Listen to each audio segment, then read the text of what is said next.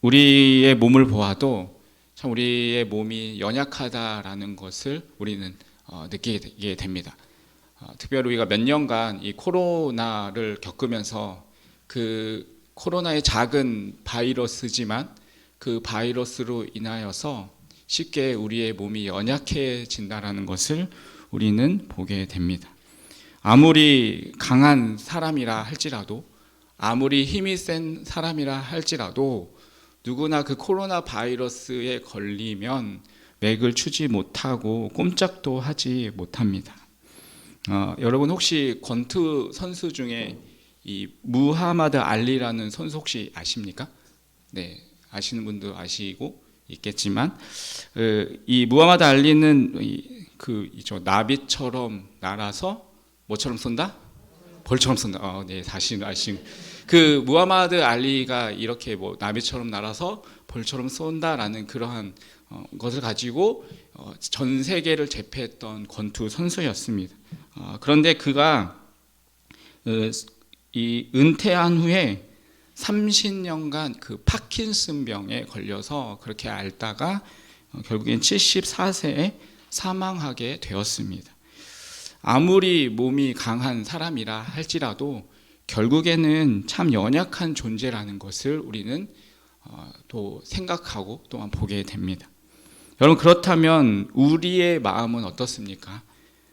굉장히 강한 것 같아 보이지만 누군가가 던지는 그 말 한마디에 쉽게 마음이 무너지고 쉽게 상처를 받는 것이 우리의 마음입니다. 밤잠을 이루지 못하고 괴로워하고 그 다음에 걱정하는 그러한 우리의 연약한 마음입니다. 그러니까 우리의 마음도 강한 것 같지만 결국엔 우리의 마음도 연약한 모습입니다. 여러분, 우리가 오늘 살펴보는 이 본문에 나와 있는 엘리야 역시도 이스라엘 역사상 가장 하나님 앞에 쓰임받고 가장 또 놀라운 역사를 행했던 그러한 사람이었습니다. 특별히 이 엘리야는 이스라엘 역사 가운데서도 가장 악한 왕이라 여겨졌던 이 아합 시대에 우상을 섬기던 그러한 세상과 당당하게 맞서 싸웠던 하나님의 사람이었습니다.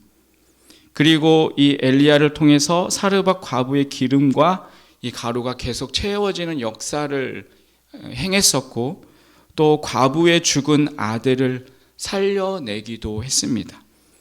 그리고 기도해서 3년 6개월의 시간 동안 비가 오지 않도록 하였고 또 축지법을 써서 순간 이동까지 하는 놀라운 그런 일들을 행했습니다. 또 우상을 섬기는 바알과 아세라 선지자 이 850명과 이 갈멜산에서의 대결에서 승리하면서 정말 하나님만이 참 신이시다라는 것을 나타냈던 그러한 위대한 일을 했던 하나님의 사람이었습니다.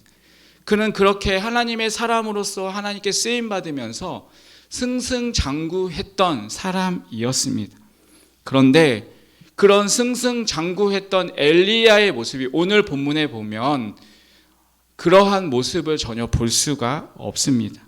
오늘 4절의 말씀을 다시 한번 보겠습니다. 4절에 보면 자기 자신은 광야로 들어가 하룻길쯤 가서 한 로뎀나무 아래 앉아서 자기가 죽기를 원하여 이르되 여호와여 넉넉하오니 지금 내 생명을 거두시옵소서 나는 내 조상들보다 낫지 못하나이다 라고 이야기하고 있습니다. 지금 엘리야는 이 로뎀나무에 기대어서 그곳에서 하나님께 자신을 죽여달라라고 지금 기도하고 있습니다. 지금 그가 이렇게 말하는 이유는 이 갈멜산에서 이 바알 선지자들과 이제 기도를 해서 이기고 난 후에 그 바알 선지자들을 이제 죽이게 되자 그 이야기를 들은 이 여왕이었던 이 이세벨이 화가 난 그 말 때문이었습니다. 2절에 보면 이 이야기를 들은 이세벨은 이렇게 말합니다. 이세벨이 사신을 엘리야에게 보내어 이르되 내가 내일 이맘때에는 반드시 내 생명을 저 사람들 중 한 사람의 생명과 같게 하리라. 그렇게 하지 아니하면 신들이 내 벌 위에 벌 내림이 한지라라고 기록합니다.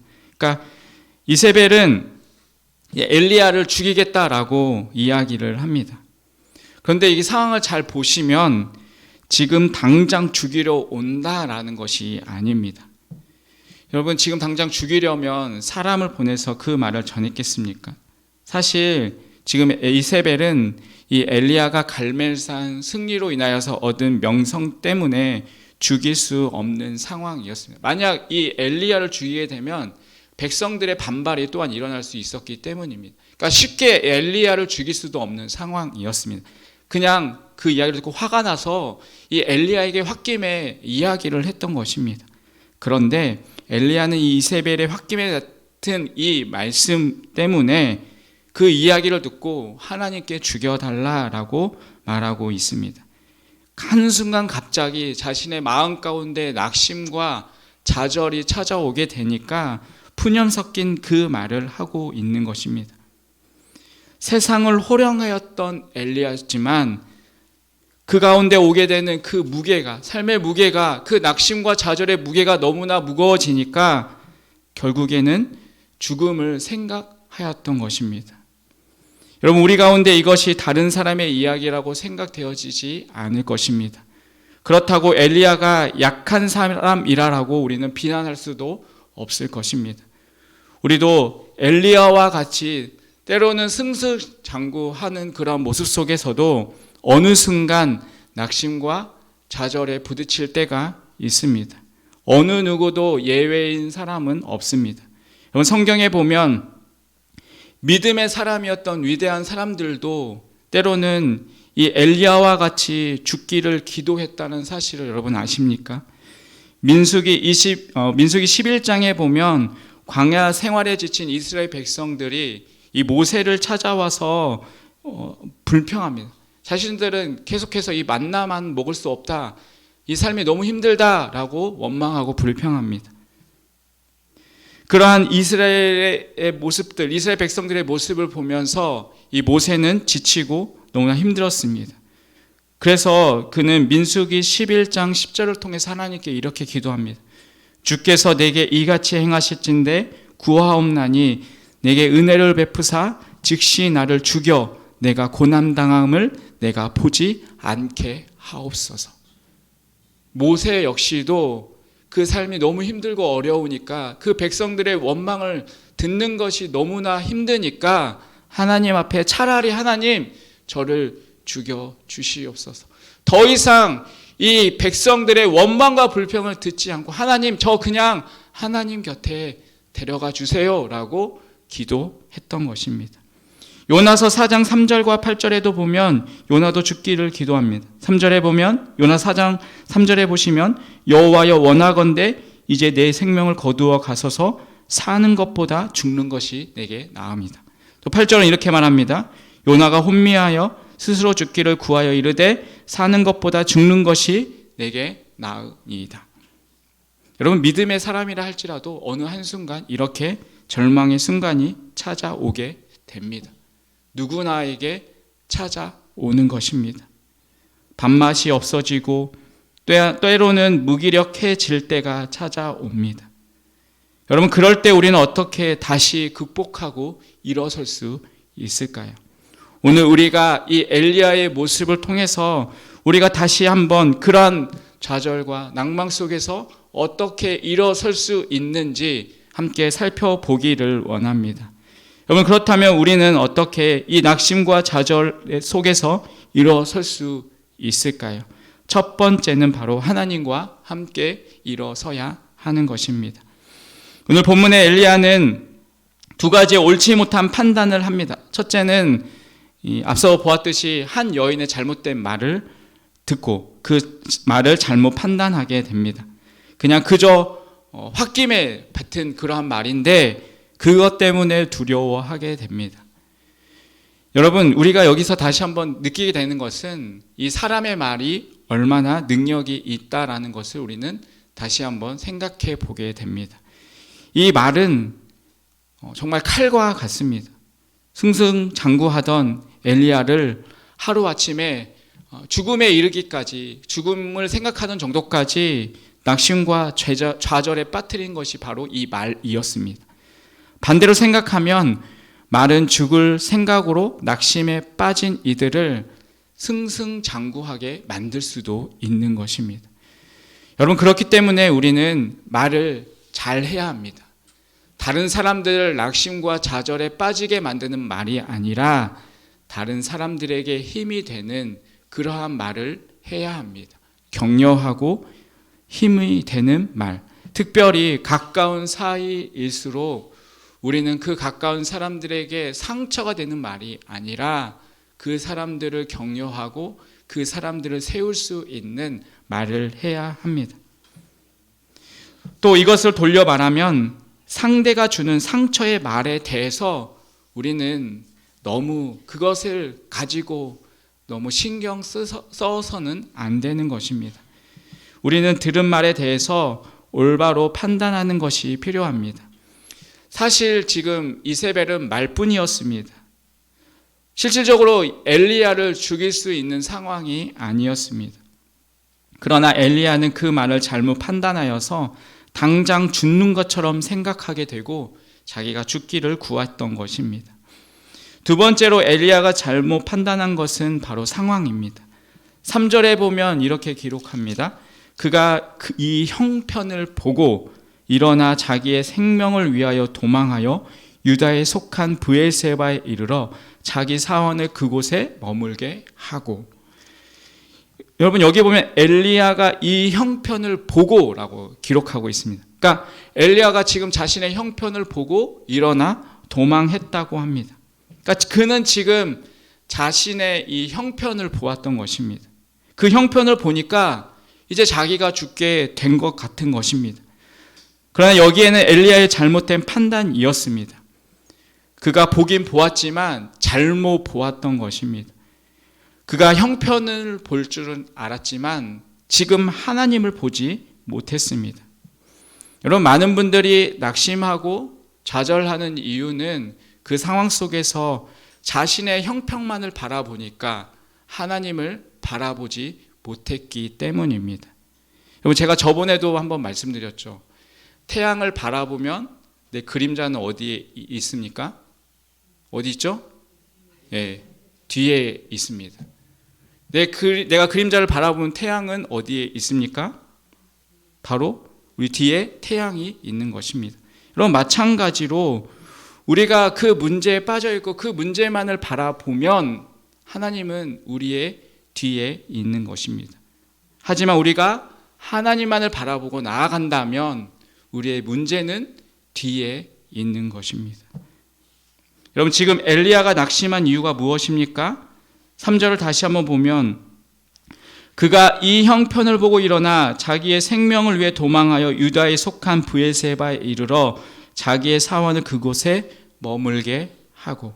그러니까 그가 전능하신 하나님을 바라보지 못하고 자신이 속해 있는 그 형편을 보았기 때문에 그 가운데 좌절하고 낙심했던 것입니다. 사랑하는 성도 여러분, 형편을 보지 마십시오. 형편을 보면 자꾸 우리는 좌절하고 낭망에 빠지게 되는 것입니다. 그 가운데서 눈을 들어 하나님을 바라보시길 바라겠습니다. 그리 시냇가에서 까마귀를 통하여 엘리야를 살리신 그러한 하나님이십니다. 과부의 기름과 밀가루를 마르지 않게 하셨던 하나님이십니다. 과부의 죽은 아들을 다시 살리신 그러한 하나님이십니다. 또한 이 갈멜산에서 불을 내려서 제단을 태워 승리를 주신 그 위대하신 하나님이셨습니다. 사랑하는 성도 여러분, 형편을 보지 마시길 바라겠습니다. 하나님을 보시길 바랍니다. 우리를 위하여서 아들을 십자가에 내어 주시기까지 우리를 사랑하신 그 하나님께서는 반드시 우리의 삶을 붙잡아 주시고 함께하여 주셔서 반드시 우리를 좋은 곳으로 인도하실 것입니다. 합력하여 선을 이루실 것입니다. 그 하나님만을 온전히 바라보시길 바라겠습니다. 그 분이 모든 것들을 이기도록 우리의 삶을 이끌어 주실 것입니다. 여러분, 그분이 모든 문제들을 해결해 주실 것입니다. 그 하나님과 함께 일어설 수 있는 그러한 우리의 삶이 되시기를 간절히 주님의 이름으로 축원드리겠습니다. 두 번째로 우리가 낙심과 이 좌절 속에서 우리는 어떻게 일어날 수 있을까요? 두 번째는 바로 이 동역자와 함께 일어서야 합니다. 여러분, 형편을 보고 또 상황을 잘못 보니까 하나님을 잃어버린 이 엘리야가 취한 행동은 무엇입니까? 3절을 보면 엘리야는 도망하였습니다. 어디로 도망하였습니까? 3절을 다시 한번 보시면 그가 이 형편을 보고 일어나 자기의 생명을 위해 도망하여 유다에 속한 브엘세바에 이르러 자기의 사환을 그곳에 머물게 하고 라고 기록합니다. 그러니까 지금 그가 어디로 이제 도망했습니까? 브엘세바입니다. 이 브엘세바는 유다의 최남단 쪽에 있습니다. 그러니까 더 이상 그가 갈 수 없는 곳까지 지금 도망했던 것입니다. 왜 그가 지금 도망했습니까? 무섭기 때문에. 무섭기 때문에 지금 최대한 그가 피할 수 있는 곳으로 도망을 했습니다. 여러분, 문제를 만나면 수단과 방법을 가리지 않고 해결하는 사람들이 있지만 많은 사람들은 그 문제를 만나면 힘들어하고 또한 회피하게 됩니다. 여러분, 그런데 도망가면 그것이 해결이 됩니까? 여러분, 도피는 결코 해결책이 아닙니다. 오히려 도망하고 회피하면 더 무섭고 두렵습니다. 여러분, 술래잡기를 할 때 숨는 아이와 또 찾는 아이 중에 누가 더 두려워할까요? 네, 그렇죠. 숨는 사람. 왜? 찾을까 봐. 그렇습니다. 여러분, 윷놀이 해보셨죠? 윷놀이 할 때 여러분은 쫓아가는 사람이 마음이 편합니까? 잡히기로 도망가는 사람이 더 지금 마음이 조마조마합니까? 도망가는 사람이 잡힐까 봐 두려워하죠. 여러분, 마찬가지입니다. 우리도 피하고 도망하면 더 두려움에 사로잡힐 뿐인 것입니다. 지금 이 도망하는 엘리야에게 찾아온 것이 또한 무엇입니까? 그에게 외로움이 찾아왔습니다.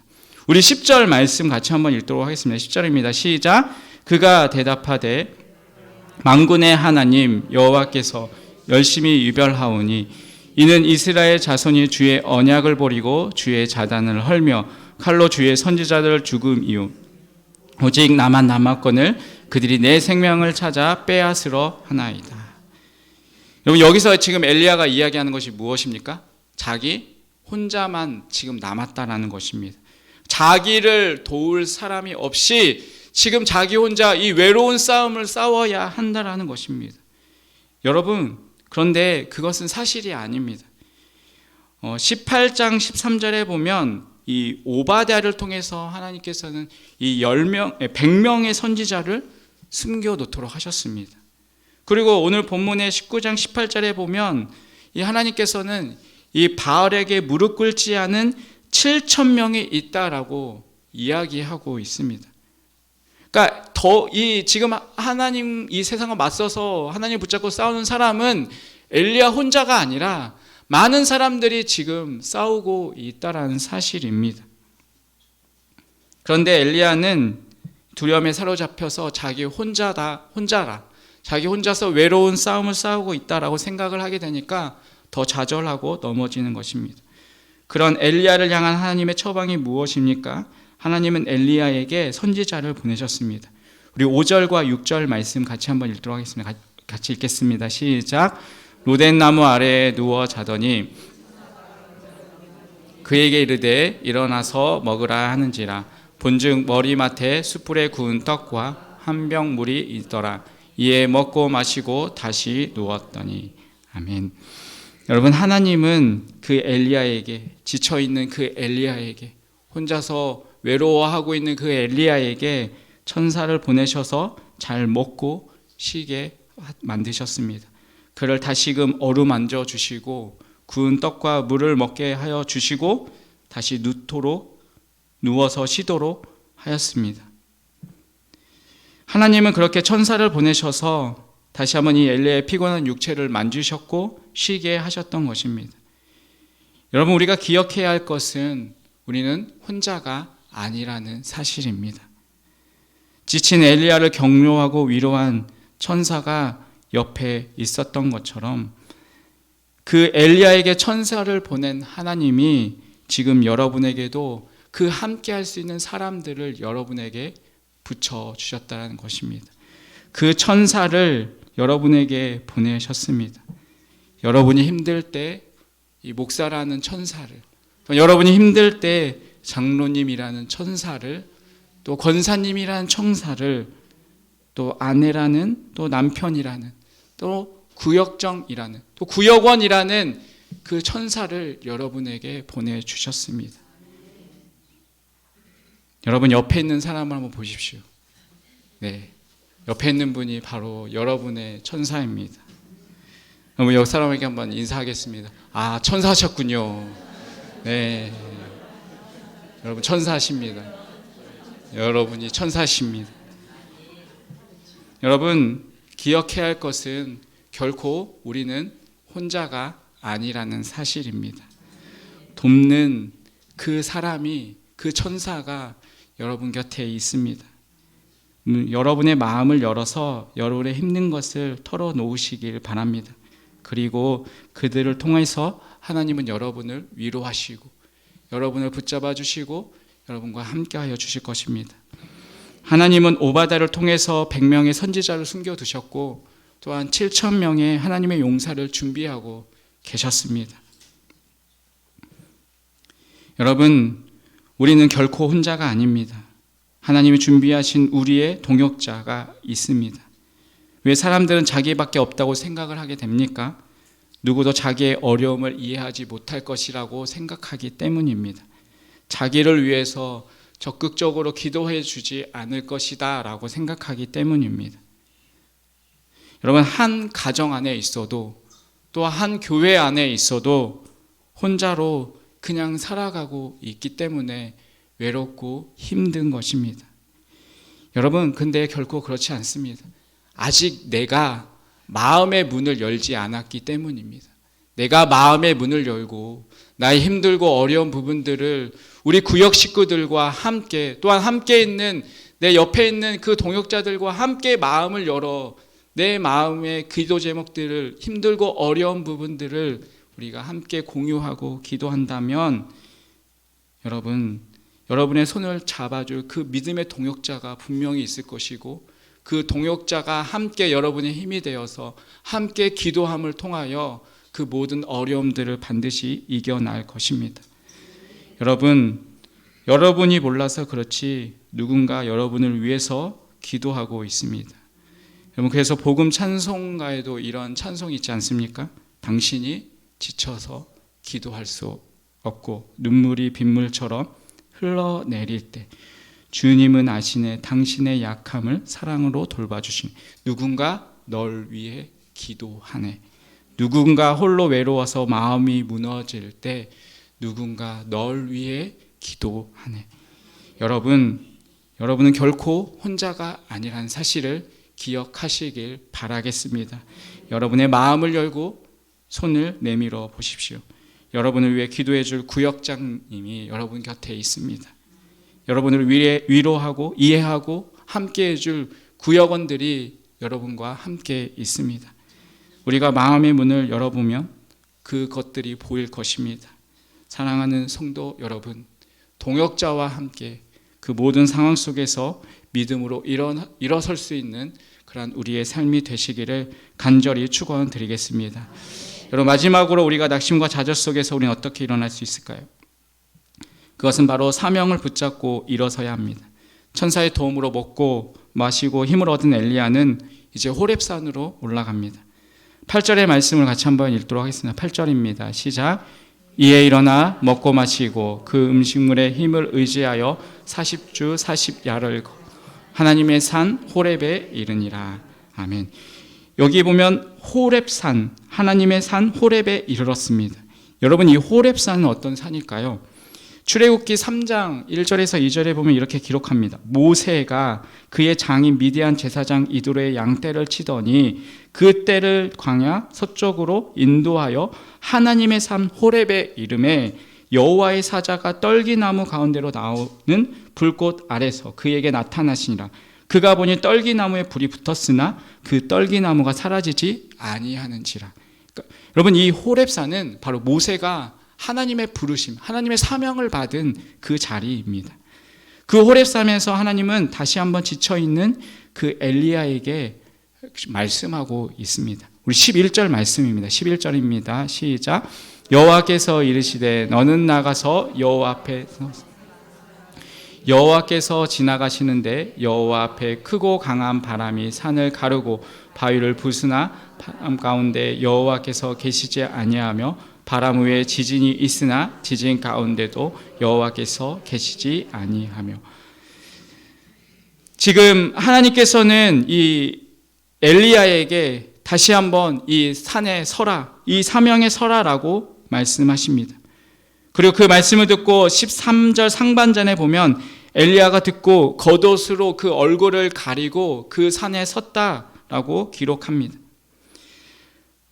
이 힘을 얻은 엘리야는 다시 한번 제 하나님의 말씀을 붙잡고 다시 하나님 앞에 서게 됩니다. 그때 들려오는 하나님의 음성이 무엇입니까?